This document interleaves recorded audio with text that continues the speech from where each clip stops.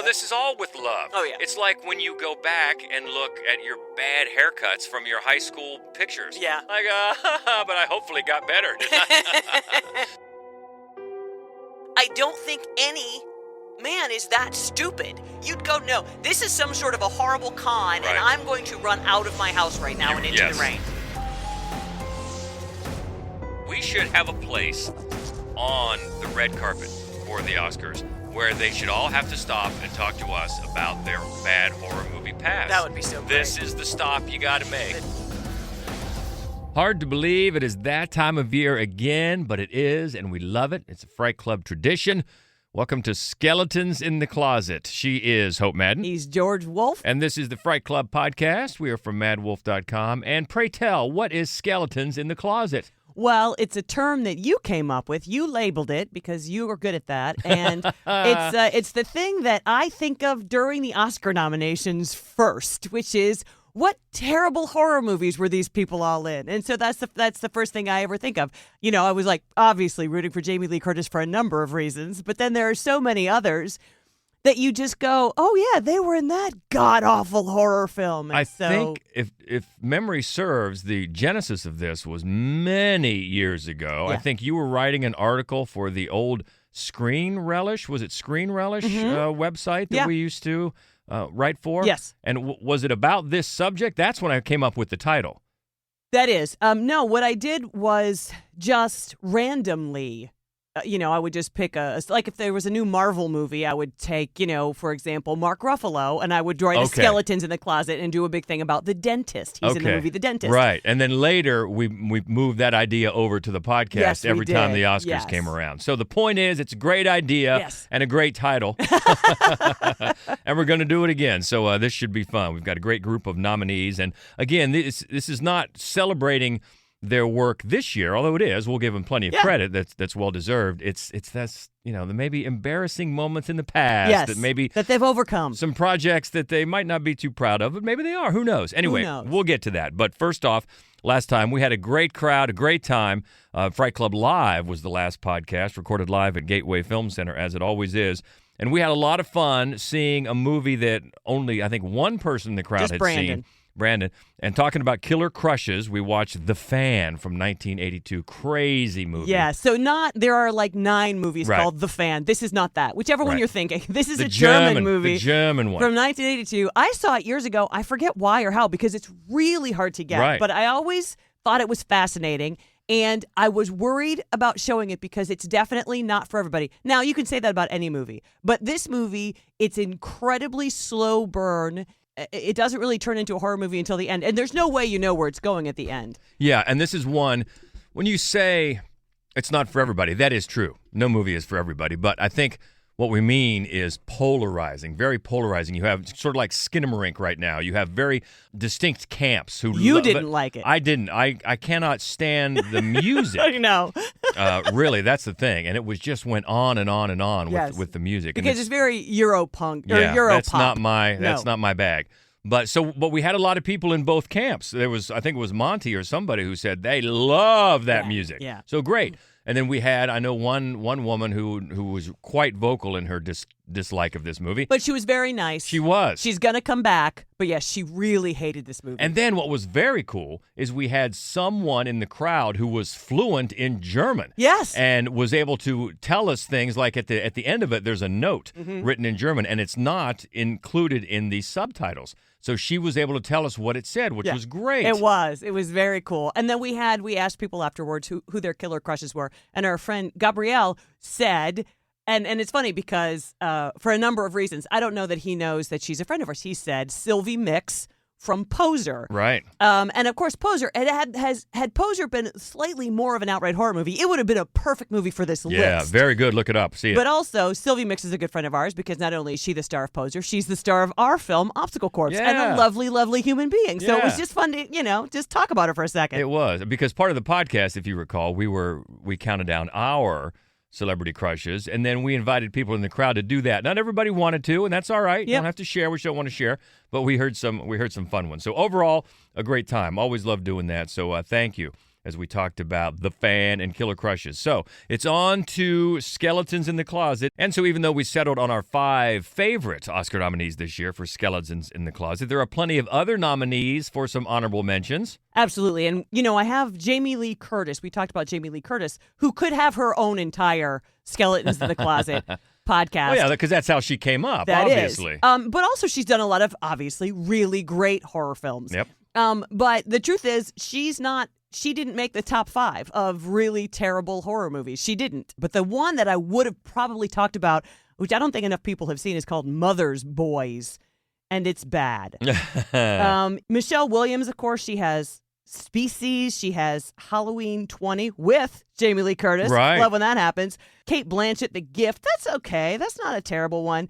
Brendan Gleeson, he has the best. That's the other thing, is that a lot of these people made some great horror. And, of course, he made 28 Days Later. Oh, yeah. That's not a skeleton. No, that's not a skeleton. Stonehurst Asylum, that is a skeleton. Bill Nye made Shaun of the Dead. That's a great one. Austin Butler made The Dead Don't Die. That's a great one. Yeah. We're in a lot of people really hated Colin Farrell's Fright Night. We didn't. We did liked not. it. No, we thought it was very good. I enjoyed it. And then Andrea Riseborough, not only Mandy, but also Possessor. So good. Yeah, she's done some great stuff. And, of course, the queen of them all is Jamie Lee Curtis with Halloween. So there's just tons of horror, actually, top to bottom in this one. Yeah.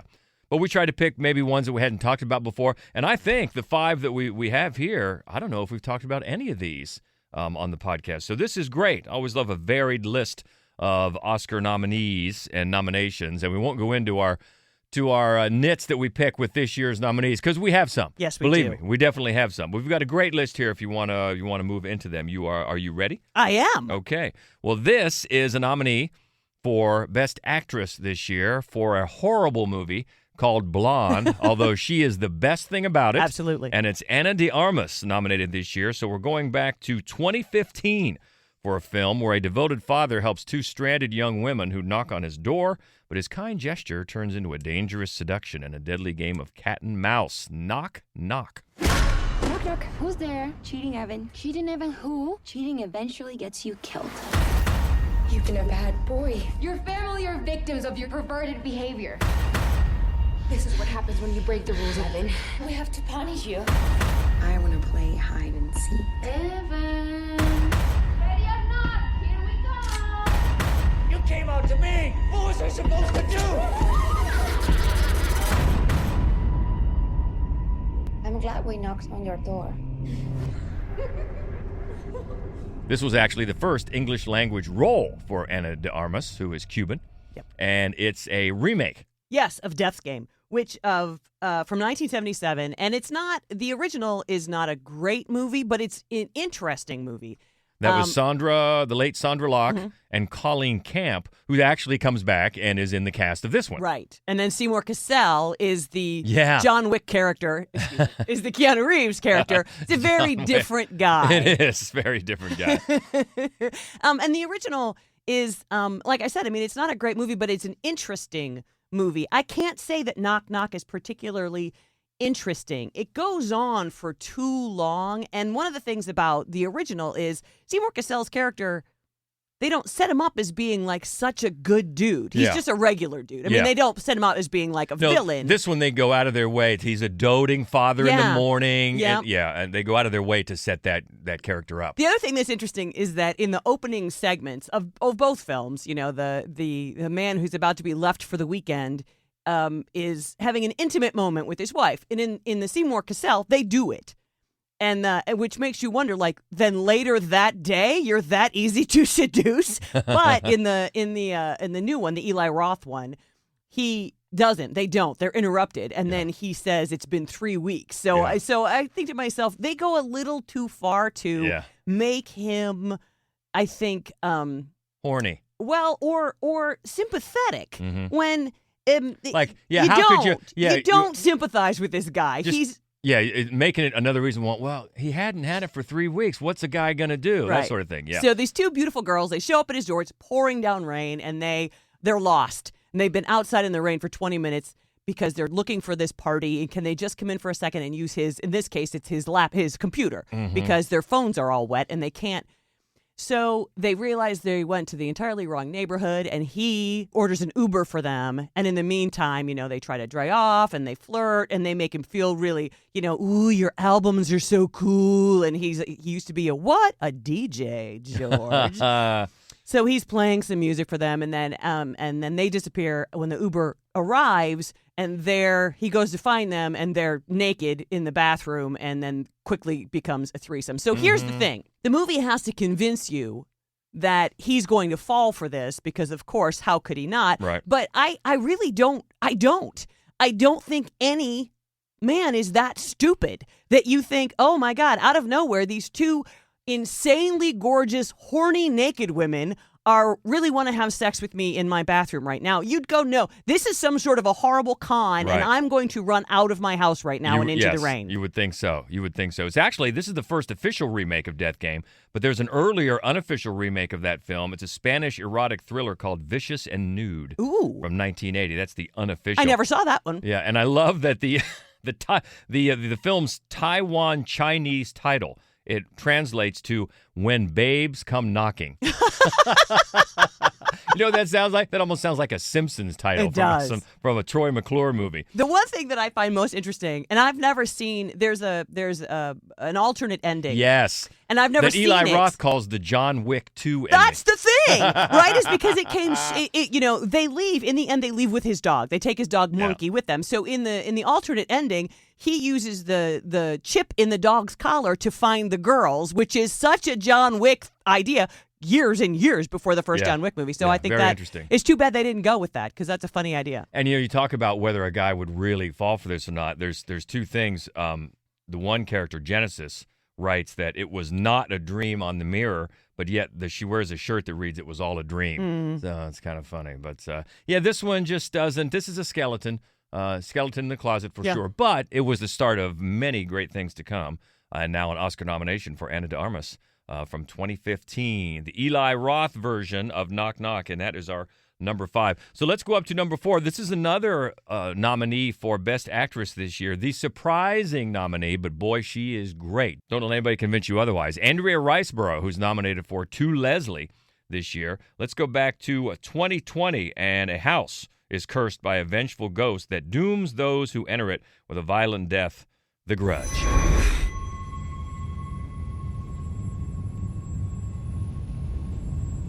Em, are you alone in the house right now? Are you alone? Will you help me, please? You need to help me. Help me. Please. No. Stay there, I'm gonna get you.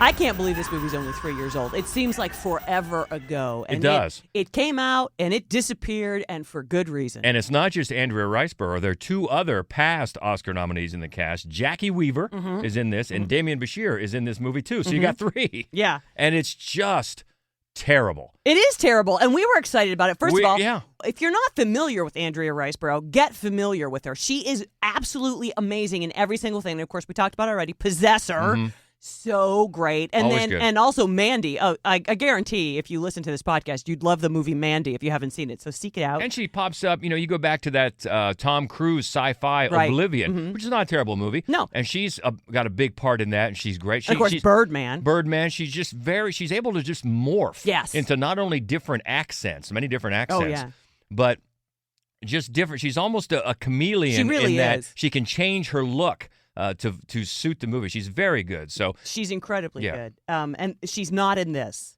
And that's the thing too, is like it's not just one of those films where it's a bad movie, but a really great talent is really great in it. She's just flat as a pancake in this whole movie. Well, the whole structure, what they tried to do with it was just misguided from the start, and it almost felt like by the time it got here, I remember watching it, by the time it almost just seemed like we're just throwing it out there. And what was that one? Remember that Harry Hole movie, The Snowman?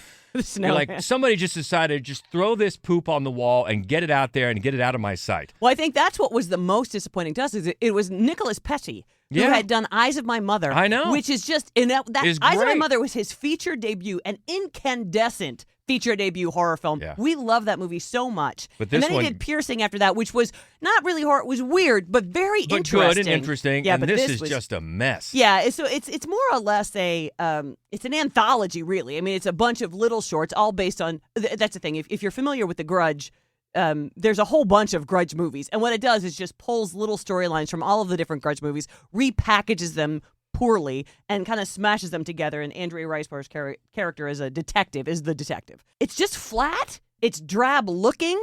And the other thing is that, the original had that unbelievable sound design. Takashi Shimizu, that I can't make the noise, but you know the noise, that noise. That was so unsettling, and it doesn't even have that. It has nothing going for it. This was the first American Grudge film not to have any involvement from him at all. Right. So there's probably a problem, yeah. And it was the first film, weirdly, it was the first film in the franchise to be shown in U.S. cinemas and actually get an R rating. The other ones didn't, but they're better. They are better, but they work on your imagination. They really, really do. Because, a lot of times, and all of the Japanese Grudge movies, and then, all of the American Grudge movies, there were too many. Yeah. They get dumb at the end. They do some dumb things. But on the whole, they are very effective films. Yeah, well, I think the whole anthology angle here doesn't work at all. No, it doesn't. That was misguided. This received an F from Cinema Score, the very worst possible score, obviously an F. And only 20 other feature films at the time had ever received an F from Cinema Score. I bet Blood and Honey has. Maybe. We'll have to check. But, this one it had been in development, quote-unquote, development hell for many years. When it was first announced, it was going to be Adam Green was going to be involved. Sure. And so that may be part of it. Just in development hell, it just got transferred to different hands. Who knows what happened? Right. Because, like you say, Nicholas Pesce, we were very, very excited. He had done some great work, and it's got some really good, talented people in the cast, but the whole thing just went right in the crapper. And that's why it's a skeleton in the closet for Andrea Riseborough, a nominee this year for Best Actress for To Leslie. All right, this makes it up to number 3, and this is one, I'll be honest, I had not even heard of this movie, and it's from 2015, and this features Best Actor nominee Austin Butler for his really great performance. I know you didn't like the movie. But he was great in it. He's very, very good. I did like the movie. I didn't think it was great, but I did like it better than you. But his performance is very good as Elvis. But back to 2015, after the traumatic loss of her mother, a teenage girl tries to uncover the dark secrets behind her new home in spite of her father's disbelief. This was called The Intruders. Rachel left without saying a word to anyone. All her stuff was here, and she had just disappeared. In one of the bedrooms, the windows were completely boarded up from the inside. Whatever was inside that room wasn't supposed to get out. Dad! I saw someone in the basement. I know what I saw. I'm not making it up. I want you to be honest with me. Are you taking your meds? He did something to her, didn't he? I'm not some crazy person. It's not my emotions running wild. Don't make me hurt you. So it's Miranda Cosgrove, iCarly. Yeah, and Austin Butler apparently was on iCarly. I can't believe we don't know that because our son used to watch iCarly all the time. Come down, iCarly's on. And he was well into high school by then. So Austin Butler from iCarly to the Oscar red carpet. But yeah, this one starred Miranda Cosgrove. And Austin Butler, and so she moves into a new house it's an old house that her dad is redoing. Her dad is Donald Logue. And there's some kind of a trauma in their past. Her mom has committed suicide, but there's more to it than that they're not letting on right away. And she immediately thinks that there's something wrong with her house. She thinks somebody's died in her house and is reaching out to her through her dreams. Mm-hmm. But she's not been taking her meds, and so her dad is more than a little skeptical about this story. It's one of those movies where, is she crazy or is this really happening? Anytime there's meds involved and you're not taking your meds, so you're unreliable. Right, exactly. And I mean, they do this, thousands and thousands of horror movies do this. And also Tom Sizemore is the creepy neighbor. Yeah. And it's funny too because you don't even know, what does she think Tom Sizemore has done? She's just sure that these people who used to live in this house have gone missing, and she thinks that something terrible's happened to him. So that right there has gone missing. That's the first big problem here because, yeah, they all disappeared, but they sent an email to the sheriff, and so that let Tom Sizemore off the hook. But that was enough? They didn't, look them up again or say, hey, give me a call? Or no, ooh, I've got an email, so everything is good. Everything is sketchy underneath, like what they're doing here. The plot holes are gaping and will swallow you whole, Austin Butler. But he yes, let's talk about him. He plays the super cute guy who has been helping to work on the house. And they don't know that they've moved in, so he's just down the basement one day and happens into the kitchen while she's, in a towel. And it's just dumb. It's so dumb, but he's adorable. As the guy you're thinking, is he a good guy? Is he a bad guy? I don't know. Is he a bad boy? Is he a bad boy? So is there clue of Oscar talent to come in this movie for Austin Butler? There isn't. Although he's not terrible. He comports himself well for just a stupid movie, as does Donald Logue, of course. But Austin Butler gets to just kind of smirk his way through because he kind of is sort of maybe making fun of Miranda Cosgrove. Not really sure what she's thinking, but he's hot for her. But on the other hand, he could also just be an actor who's smirking his way through bad dialogue in a bad movie because at least he's got a job. So this is one that probably toes the line between thriller and outright horror. Absolutely, it does. Yeah. But it's a good one to bring up. Austin Butler, Oscar nominee this year for Elvis. Probably not going to win, but I think he's got a very bright future ahead. And if you remember, he's also has a good part in Once Upon a Time in Hollywood a few years ago. He gets his face beaten in by Brad Pitt and the dog. But yeah, he's good in that. But yeah, fantastic in Elvis. The Intruders is his Skeleton in the Closet from 2015. So moving it up to number 2. This is great to see this guy nominated after so many years and so many great performances. Always improves anything he's in. It's Bill Nighy, nominated for Best Actor this year for his fantastic performance in Living. He deserves it. Look up that movie. He's great. Maybe you don't want to look up this one because this is terrible. From 2014, Frankenstein's creature finds himself caught in an all-out, centuries-old war between two immortal clans. It's the skeleton known as I, Frankenstein. You cannot save the human race. Nothing can stop their demise.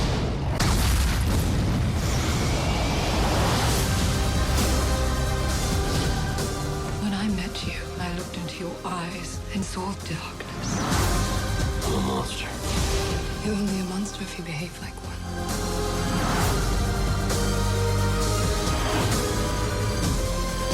Frankenstein must be destroyed.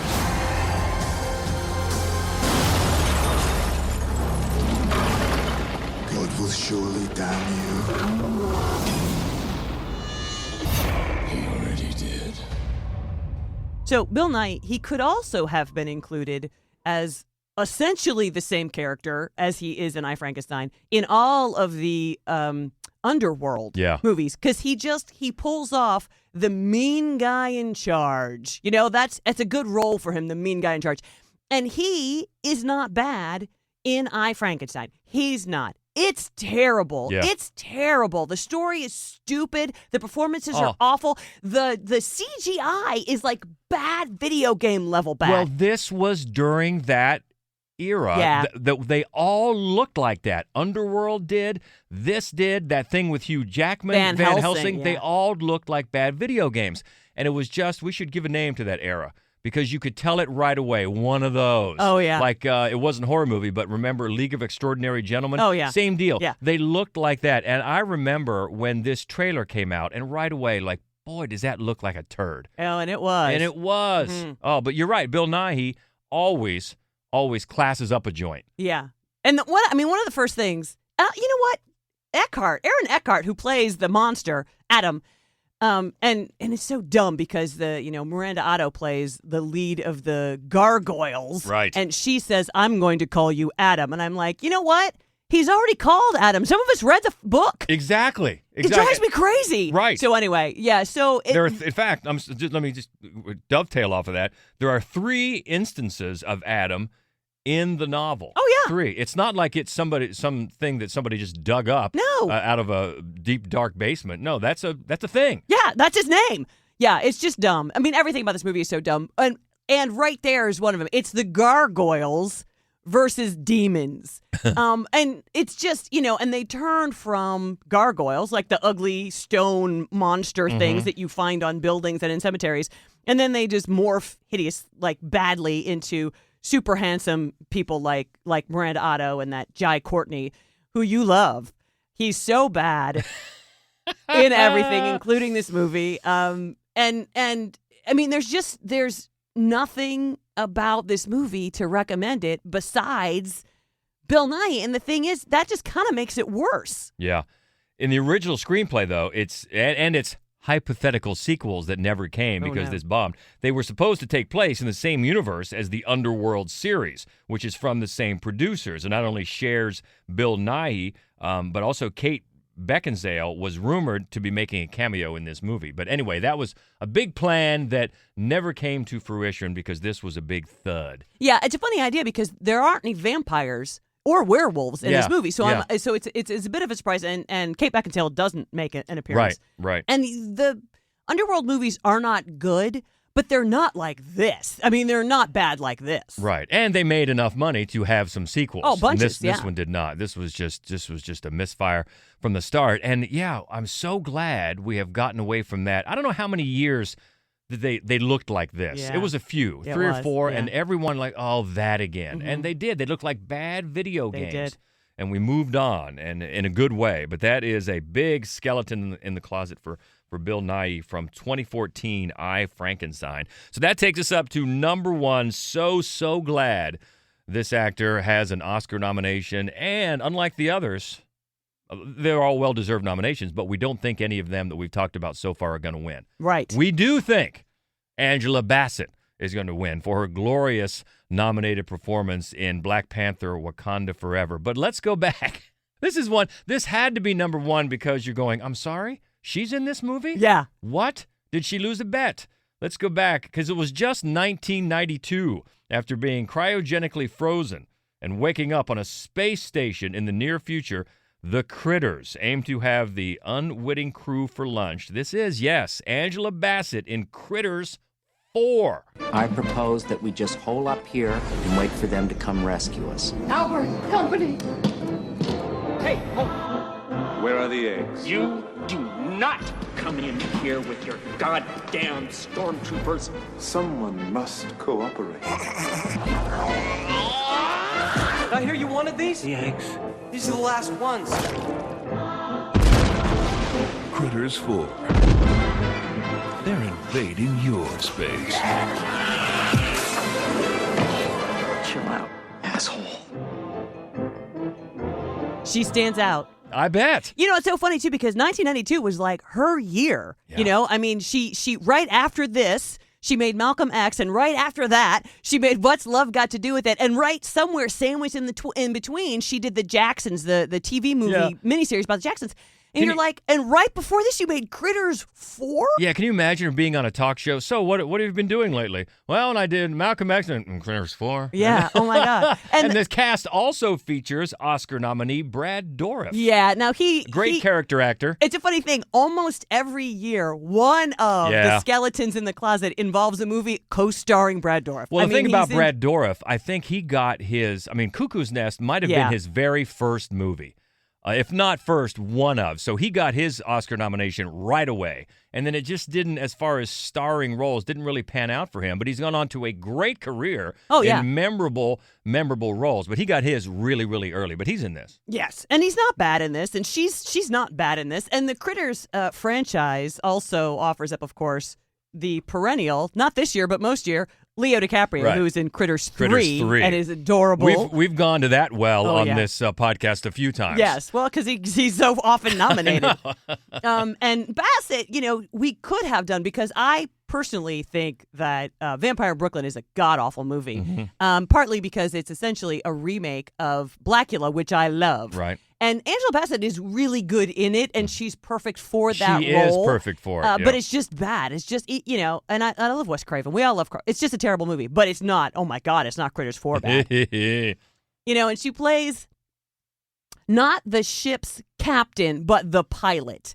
And the ship's captain is, a bad guy, not a good dude. And it's got a little bit of of course, alien. The original Alien vibe is that they've stopped to pick up this salvage that is just, out in space somewhere. And when they get on board, they realize something terrible is there. And what it is, of course, are these critters. The critters, yeah. You mentioned Critters 3. This was filmed simultaneously with it, both in 1991. They just did the old Back to the Future 3 and 4 thing. And just filmed them both. It just occurred to me that we should have a place on the red carpet for the Oscars where they should all have to stop and talk to us about their bad horror movie past. That would be so great. This is the stop you got to make. Take your pictures, talk to E, then come over and talk to us about Critters 4. Because you know what? We mentioned it with love. Oh, of course there's love. It's terrible, but, we're proud of you for... But, I mean, Critters 4 is bad in an enjoyable way, right? Where, like, The Grudge, it's not. There's nothing about it. You don't want to put yourself through that again. It's just terrible. But Critters 4 is terrible. It's terrible. No, this is all with love. Oh, yeah. It's like when you go back and look at your bad haircuts from your high school pictures. Yeah. Like, but I hopefully got better, didn't I? No, and they're on the red carpet, so of course things got better. And this is one of those movies where, the actor, you're going, what are you doing in this movie? You are so much better than everything else happening in this movie. And it's funny because, in a little bit, it's the same as she is in her character in the Black Panther films, is that she's not in charge of this ship, and yet she's the one everybody follows because you just would. You know what I mean? You're like, oh, yeah, I believe that you're in charge. I'm saying as Hope Madden, Angela Bassett, I'll do what you tell me to do. You just seem like you know what we ought to be doing now, which is why she's so perfect as the Queen of Wakanda. You're like, oh, yeah, what should we do now? Oh, and she's just so regal. Yeah, she has a presence that's so regal and elegant. Right. And she's perfect for it. Yeah. And, of course, she is, as I've said many times, the most beautiful woman in the world. She's amazing, the way she's not aging. And so we think she's going to win. I mean, that's a good... Not just because she's beautiful. Oh, no. No. I mean, this is a good category, too. It is this category. is a stacked category. And this is her second nomination because, of course, she got nominated for playing Tina Turner. Yeah, that was a lead, though. Yeah. This is supporting. That's and right. But think that she's going to come away with this one. So we've got a year to work on getting our place on the red carpet. That's right. And really, think about it. I mean, they're all the granddaddy of this whole category is Tom Hanks because he started in, right? He Knows You're Alone. Yes. And has gone on to be Tom F. GD National Treasure Hanks. That's right. So it's all sort of under that umbrella. You got to be proud of that, to have a skeleton in the closet. And it's all fun stuff. You're right. It is with love. So that's a great group this year. Of course, the nominees, the Oscars, coming up on March 12th. Easy for us to remember because that's our son's birthday. That's right. And we will see if any of our predictions come true. But I think it's not a lock, I don't think, of Angela Bassett because that is such a strong category, but I'm putting my money on it. Yeah, I think that's the closest thing to a lock this year. Yeah. And Jamie Lee Curtis is in there, and there's a lot of love for her as well. Yes. A lot of love. A lot of love. Great to see her nominated. But that's our skeletons in the closet for this year. So fun stuff. Always look forward to this. And it might be I don't know, is this the one that... the list that is assembled the quickest every year? Yes. Like, as soon as you see the nominees, boom, boom, boom, boom, boom. Oh, while they're being announced. And then a lot of times, leading up to it, I will hope for certain people to get a nomination specifically because there's a terrible horror movie that I want to talk about. And Critters 4, that I got to admit, that was one. Yeah. I was like, oh, my God. But it seemed like a foregone conclusion anyway, so I already knew that we would be talking about Critters 4. But the Austin Butler one... Yeah. That was a surprise to me, and I'm digging around like, oh, my God, look at this gem. Mm-hmm. So you have to, for that one, you have to lean to the side of horror, even though it's probably more of a thriller. But, hey, we go to the judges, and we're the judges. That's right. It turns horror in the end. It does. Fair enough. Yeah. So good list this year. Always fun to talk about skeletons in the closet. Next time, we're going to get super serious. We're going to be back at Gateway Film Center for Fright Club Live. And, man, this is one. if you like folk horror, yes, and we do, yes, and we love this one, it's called Hagazusa, we're going to show. Mm-hmm. And, it's funny, in deciding on the topic for this one, there are two that I really wanted to go with, but they give away too much of the film. Yeah. And not enough people have seen it. Like, if it were like a 1972 classic or something, I would have gone with it. But so anyway, it's my third choice of topic. However, it is really, it's coming together with a great list. So anyway, we're going to do drug use in horror movies. Yeah. This is so good, and it has such a scarcity of dialogue. Yes. It's so meditative, but man, it really works on you. It's it really does. Really good. And I hope people come out and it's another feature debut. It's the filmmaker's first movie, which is amazing. When you watch it, you will be stunned by that. Not only that, wasn't it like a student film? It was. I think it was. It was just insane that people are this good right out of the box. But man, it's a good one. So that's next month. Looking forward to Gateway Film Center for Fright Club Live. Then we're going to be back in the studio here for the next studio version of Fright Club. We are going to have a special guest, one of our favorite people in the whole wide world. David Greathouse. And he did the practical makeup effects for our film, Obstacle Corpse. And he's the nicest man in the world, and we love him absolutely to death. But also, he's so too good for us. I can't even tell you, because he did the makeup effects for Tusk. I mean, among other things, but if you think about that movie, the Kevin Smith film Tusk, that's him. That's Greathouse. It's crazy. Insane. And we are going to talk about, obviously, we're going to talk about makeup in horror movies. Yeah, I remember when it dawned on the both of us when we were doing pre-production for Obstacle Corpse that he was going to do, I'm like, what? I know. We were both, that can't be, but he's based here in Ohio. And again, he's just the nicest person in the world. So great, yeah. So we're going to talk to him next time for the studio version, but the next Fright Club Live for Hagazusa and drug use, that'll be March 10th at Gateway Film Center. If you're anywhere in our area of Columbus, Ohio, please come by. We would love to have you, but if not, or even if you do, we'd also love to have you as part of our Fright Club podcast group on Facebook. Growing. Nice segue, all the time. George. Thank you very much. Always fun. And to talk about, fun horror stuff and serious horror stuff. That's where people first found out here, got the early jump on the fact that we got to interview Bruce Campbell. That's right. It's going to be a bonus Fright Club podcast coming up soon. Yeah, that was a lot of fun. Did a Zoom call this time. Got to see him. Got to see him. Because it's the third time we've interviewed him. Yeah. But this is the first time in the Zoom, so we got to see each other, so that was fun. He's always a blast. He's a great interview. So all that's coming up. A lot of good stuff. Keep in touch if you can. Let us know what you thought about these skeletons in the closet. Have you seen all of them? You're going to seek them out? Maybe there's some that we missed. Let us know. Easy to catch up with us. Fright Club Pod is on Twitter. Mention the Fright Club podcast group on Facebook. Come join that if you're not already. You can also find us on Facebook and Instagram. That is Mad Wolf Columbus. And the main website, of course, where you can find this podcast, our other weekly podcast on all the weekly movie releases, which is called The Screening Room, and our written movie reviews, too. That's all at madwolf.com. So a lot going on, a lot of ways to keep in touch. Hope you will. And until next time, she is Hope Mann. He's George Wolf. And this is the Fright Club Podcast. Hey, speaking of Bruce Campbell. Hi, folks. I'm Bruce Campbell, hanging out here with Hope and George, Dave Ruby.